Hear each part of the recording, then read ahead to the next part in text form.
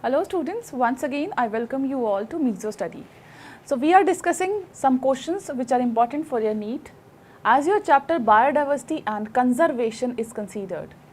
In this whole session we will be discussing about the 10 questions, how we can approach these questions and what is the different strategies that we have to follow, so that we will be discussing in today's class. I have chosen those 10 questions, they are important. Basically this type of questions, this normally comes in the NEET exam. So we will start with the question number 1 and simultaneously I will discuss the different questions and what are the alternative of those questions that can be asked in the NEET exam. So that I will discuss. The first question is related to the national park. Management of the national park is controlled by. Now it is written over here the national park. Most of the students will get confused and they will tick the answer like state government or the central government. But when we talk about the national park, we have different national parks in our whole country. Now I have given you one list of those national parks. Those national parks, where exactly they are present, what is the speciality in it, means what are the different organisms which are there in those national parks, they are important. In each national park there is some core regions which is not disturbed by the human activities. That is a national park. When we see this particular type of question, that thing I have already discussed, that is controlled by the United Nations. United Nations, they manage these national parks. Now just give me one example of the national park. Very good example is a Kaziranga National Park that is there in the Assam. So this is option number C. Now okay, so we have another same question, and this question is related to the different national parks and where they are present. The reason why I am taking these two questions simultaneously is that as I have already given you one list of these national parks where exactly they are situated, again and again I am telling you these are very important. Every year the one question will come from this particular topic only. So you can prepare one chart. In that chart you can, on one side you can write all those national park where they are situated and in which type of animals they live there. So by this reading the 3 columns, stick that chart near to your any of the places and just read that again and again. When you will see that again and again, read that again and again, that will remain in your brain for longer time. At least till NEET exam, till your exam, just remember those important national parks where they are situated, because definitely this year also that this one question will come. In the column 1, the Jim Corbett National Park is written. The Jim Corbett National Park, you must have visited also. The Jim Corbett National Park, this is present in the Uttarakhand. They are basically present in the Nainital. So the correct option is the fourth option. Now let's look for the option for the A, fourth. These two seems to be correct one, right? Similarly, Kaziranga National Park is famous for the one-horned rhinoceros, and this is present in the Assam. In the Assam, this is present. For the B option, we know that the 5th option is a correct one, Assam. For the B, we know that the 5th option is a correct, that means this seems to be correct, D option. Though I cannot read further, though I got my options, but still I'll read further, but you can stop here also if you are having very less time and when you are confident for the 2 option, you are 100% confident for the 2 option, then don't go further, don't waste your time, move ahead. Next is written over here, that means for the C, the Mahavir Harina Vanasthali National Park. Mahavir Harina National Park is present in Andhra Pradesh, right? That means for the C, the 2nd option is the correct one, and this is written over here, the 2nd option is the correct one. Keoladio Ghana National Park. Keoladio Ghana National Park is present in the Rajasthan. So the correct option for the D is the 3rd one. So the name itself indicate we were confident after the first 2 option only. So the correct option is the D option. This is how you can approach. Very good approach and very easy also, and time saving approach. Now, this is the next question. Question number 3. Breeding ground for migratory flamingo is? Normally, there are many migratory birds. Migratory birds are those birds which are native to one particular space, and later on, after some time, when they have to breed, they go to some another place, so that the favorable conditions they can give to their progenies. So this is the reason why they go for the migration. Basically, why they migrate. Migration is very important, because they want that suitable conditions should be there, and in the prevailing condition in the native space, basically the temperature sometimes is very high. As per the migratory flamingo, their native places, they are comparatively, you can say they are quite, you can say they are very cold condition they come, and later on after some time when they migrate, what happens is that they migrate to the arid places. So the breeding ground for the migratory flamingo is the area between the Khadir and the Pancham Islands in the Great Run of Kutch, right? So the correct option is the B one. Why I have chosen this question is that the breeding ground, this is important, and also you should make one list of these migratory birds, right? And these migratory birds, they are also important. Only 4 to 5 migratory birds are there. And you can easily remember all those migratory birds, why they go from one place to another, what is the importance, and what are the species that comes to India for the breeding, and etc. So this was the question number 3. Correct option is the B. Let's look for the 4th question.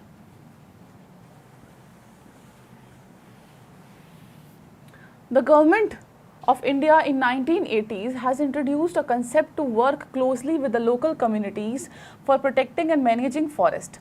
The concept is, yes, in India in 1980 this was introduced a concept so that we can be close to the forest, and this was the major, you can say, the work which was started in the direction of joint forest management, where we can manage those forests because they are the rich source of biodiversity. Without conserving our forest, we cannot conserve our whole earth. So this is very important. In 1980, the joint forest management was done. So this was the whole concept, so that the local communities who are living near to that forest, they can help in conserving those forests. So this was the joint forest management. For the 4th, correct option is the C. Let's look at the next question. Which one of the following is not used for ex situ plant conservation? Now, when we talk about the conservation strategies, conservation means to protect the biodiversity. There are 2 ways of conservation of biodiversity. One of the ways is called as in situ conservation. In situ conservation.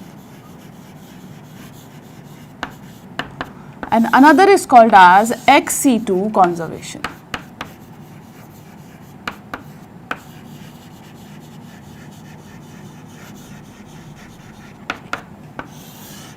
As the name indicates, in situ conservation, that means in their natural habitat. That means we are conserving those biodiversity in their own natural habitat.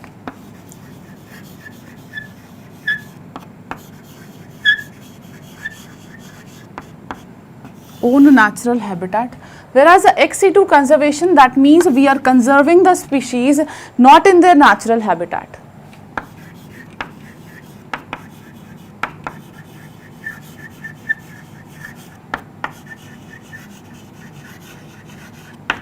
Not in their natural habitat, rather than we are keeping those, sometimes we do preserve their genes, sometimes we do preserve, sometimes we keep those in a botanical garden, in the zoological, in the zoos, etc. They all come under the ex situ type of conservation. That means our major motive is the conservation of the biodiversity, either in the term of the in situ. In case of the in situ, we have national parks,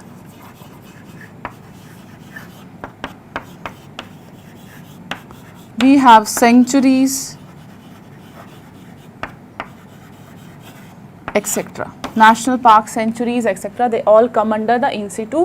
Whereas in ex situ, for example, botanical garden,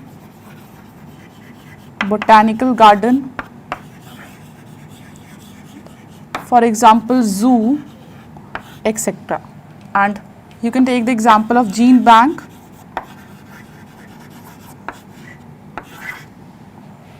Right? They all come under the ex situ sort of conservation.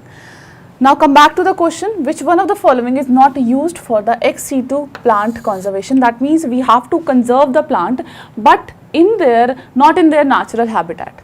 Seed bank is one of the procedure by which we conserve their germplasm, and basically the major reason for their preservation, the major procedure which they follow for the conservation is called as a cryopreservation. That means at a very lower temperature, with the help of liquid nitrogen, we conserve those seeds, right? So that whenever in future, suppose that species, that particular species have extinct, in that cases those seeds can be used again.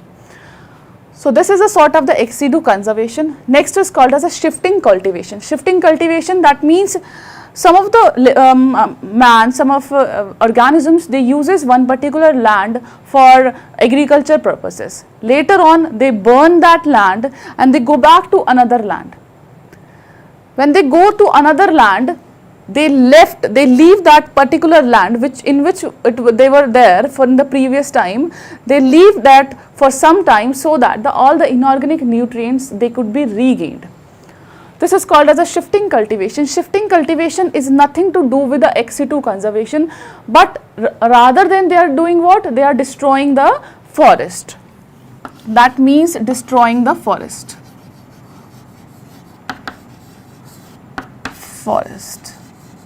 That means we have one species that live over here, they remain over here, they cultivate over here, and later on they migrate.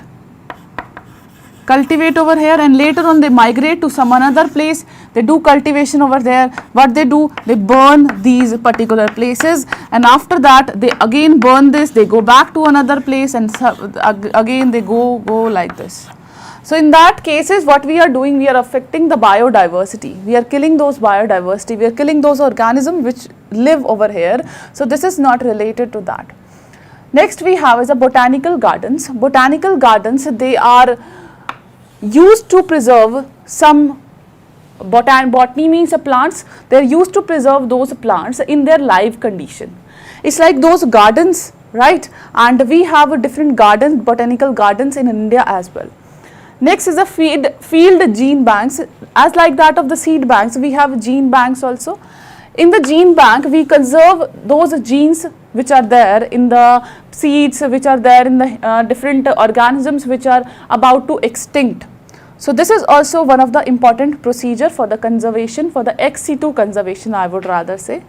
So out of these, the B option, the shifting cultivation, is a wrong option, that is not included in the ex situ plant conservation. So the correct option for the question number B is question number 5th is a B. Let's look at this next question, question number 6. Quite big question and easy also.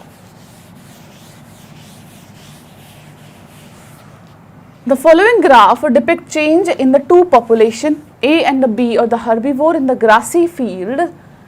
Possible reason for changes is that. Now, what is happening? I have number of organisms over here. The number of organisms for the species A, they remain stable for some time and later on they decline. Whereas a number of organisms for the species B, they are stable but they are less as compared to the species A, but they keeps on increasing after some time. That means with the due course of the time, the B species, this is more adapted, this becomes more adapted, and whereas the number of the A, they are getting declined. So what is happening? They are more adapted. Now, when they are more adapted, that means they are producing more number of progenies. more number of progeny they are producing. When they are producing more number of the progeny, we can see that the drastic increase in the number of the organisms is there. Now let's look for the option which is more suitable as per your question number 6 is considered. Both plant population in this habitat decreased. Is that so? Both are decreased? No, not at all. Both are not decreased.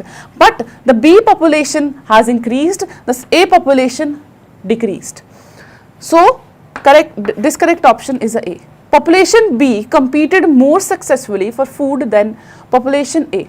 That means they are living together. After some time the competition was there. They survived because they become now more adapted. They produce more progeny, number of individual has increased. So, this can be the right option. Let's look for the C option. Population A produce more offspring than population B. If population A is producing more offspring, then this graph will not be like this. This graph could be in a straight line or could be some like this. So, the C option is a incorrect option. Population A consumed the members of population B. Population A number is decreasing. How can we say that they have consumed B? But B is more. We can say in a vice versa that B population has consumed the population A. We can say that, but it is written over here in a different way. So, this is also a wrong option. Correct option for the question number 6 is the B option. Right? Now, we have another question.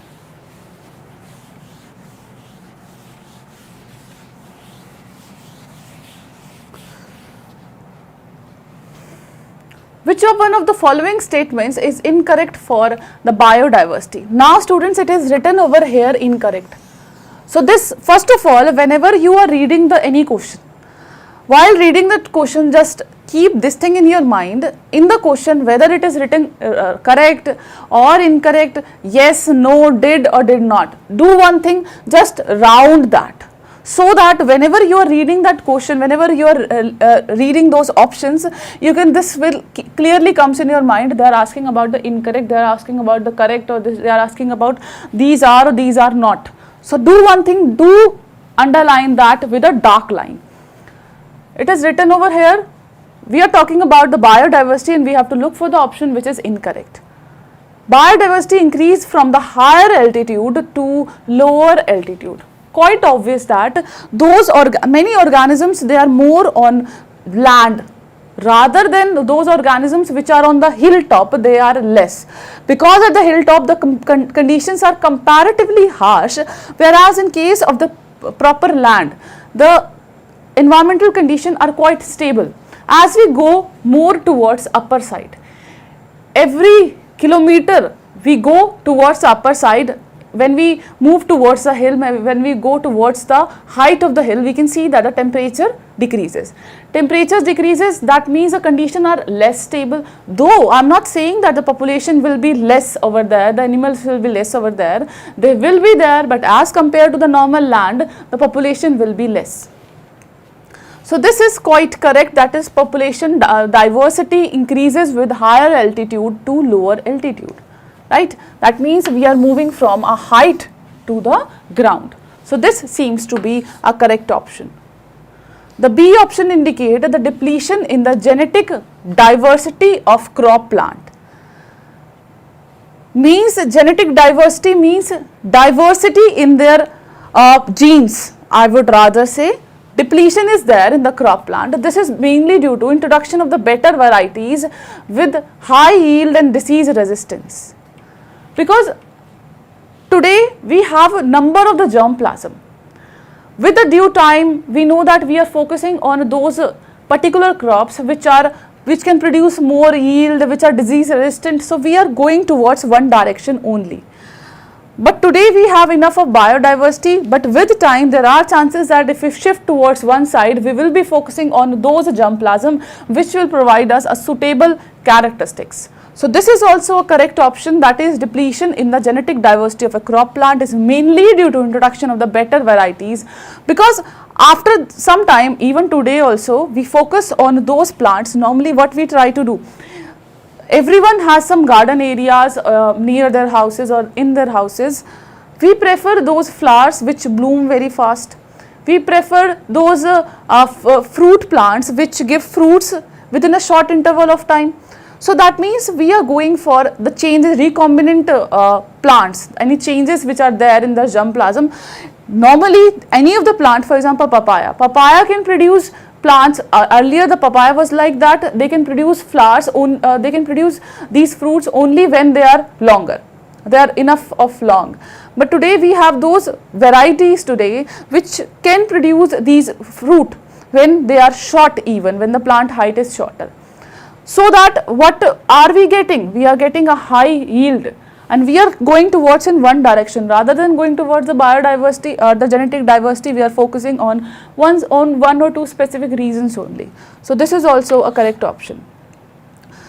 Option number C, the richest reservoir of animal and the plant life with a few or the no threatened species are called as a biodiversity hotspot. Now tell me one thing, what do you mean by biodiversity hotspot? Biodiversity hotspots, they are those regions which are having a richness in the biodiversity, but mainly the organisms, they are more than 1500 over there. Organism means to say one particular species, the number is high, but they are getting depleted again and again. They are threatened species are there, but so this is the wrong option. We'll discuss about the biodiversity. I have chosen one question which is related to the biodiversity hotspot. Don't get worried. So this is a wrong option. We'll discuss definitely when I'll discuss about the next question. So the incorrect option till now is a C. Let's look for the D option. Biodiversity decreases from equator to polar region. This is also a right. That means at the equator, the population, they are more, the pole, the population are less. Polar region, that means Arctic and the Antarctic region, and in the polar region we can see that all the conditions, they are in permafrost. Everything over there is a frozen form. When it is there in the frozen form, the species to live over there, it's very difficult. And we can see that all the barren lands are there, and within of the whole years, 10 to 11 months, they are in frozen conditions.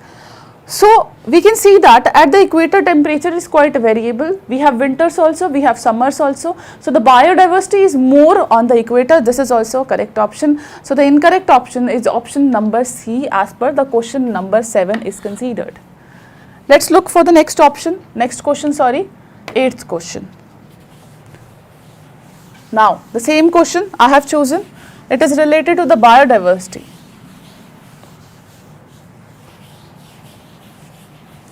An area is declared as a hotspot. Area is declared as a hotspot when it has a more number of endemic species. Endemic species are those species which are restricted to that area, which are native species, I would rather say, native species. More native species are there, and 75% of its original habitat is lost, and this is the hotspot. That means we have to focus on those particular areas. They are called as a hotspot. That means chances that they may get lost, and we have to focus on that particular area. This is called as a hotspot. For the question number 8, the A option is the correct one. Let's look for the another option, B. It has 1500 or more vertebrate species. It's not related to the vertebrates or invertebrates. It's just that we are talking about the whole species number. And 75% of the original habitat is lost. It has more than 2000 species of the plant. No, not at all. No specification is done. Basically, the whole species, we can say that, and most of the species inhabiting in that area is facing the risk of extinction. This is also one of the correct, but the more correct in this case is a 1500 or more species, which is a defined number, defined definition. So this you have to remember.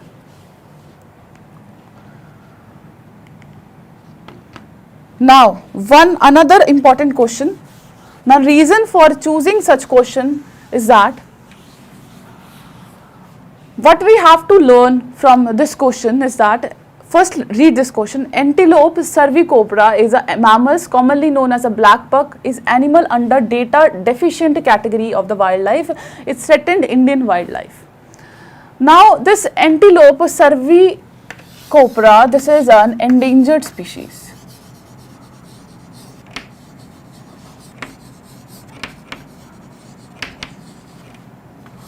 Endangered species.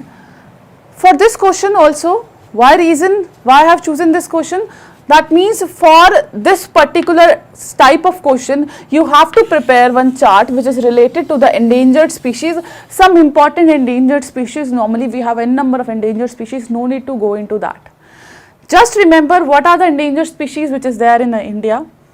Why they are endangered? What are critically endangered? What do you mean by those which are vulnerable? Exact difference between these three type of species should be known to you, right? They definitely ask this question from this pattern also. So antelope cervicopra is a mammal. Yes, this is a mammal, and commonly we call it as a black buck. You all are acquainted with the black buck? Salman Khan was associated with this case, right? Now you will not forget that ever in your life. So this A and B is the correct one. So C indicates the animal under the data deficient category. No, not at all. This is a wrong one. And the D is a threatened Indian wildlife. This is also a right. So the correct option is A, B and D. This was a quite different question, so I thought to take this question so that you can, this is how you can remember all these questions. In this case, the A, B and D, all three are the correct options, right? Let's look for the next question. Question number 10. An institution where vulnerable plant materials likely to become irretrievably lost in the wild or in the cultivation is preserved in the whole viable condition. Now, they are talking about one institution where we are conserving those wildlife in their viable conditions. We are conserving them in their viable condition, and the most basically what they are about to extinct, they are extinct, but we cannot revert them back. We can revert them back, and because we have today the gene bank with us. In the gene bank, the genes of those species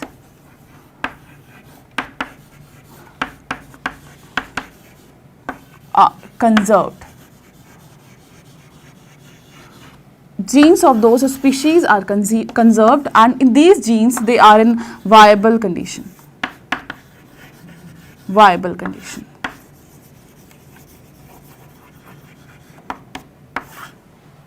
Viable condition. For the question number 10, the correct option is the C, that is a gene bank. Right. So we have discussed till now the 10th question. 10th question, the C option is the correct. So the 10 different questions we have discussed from the different categories. Hope these all 10 questions, they are clear to you, right? Students, so this is all about the today's session. We'll meet you in the next session when we will discuss more questions related to this chapter. Thank you students for watching this.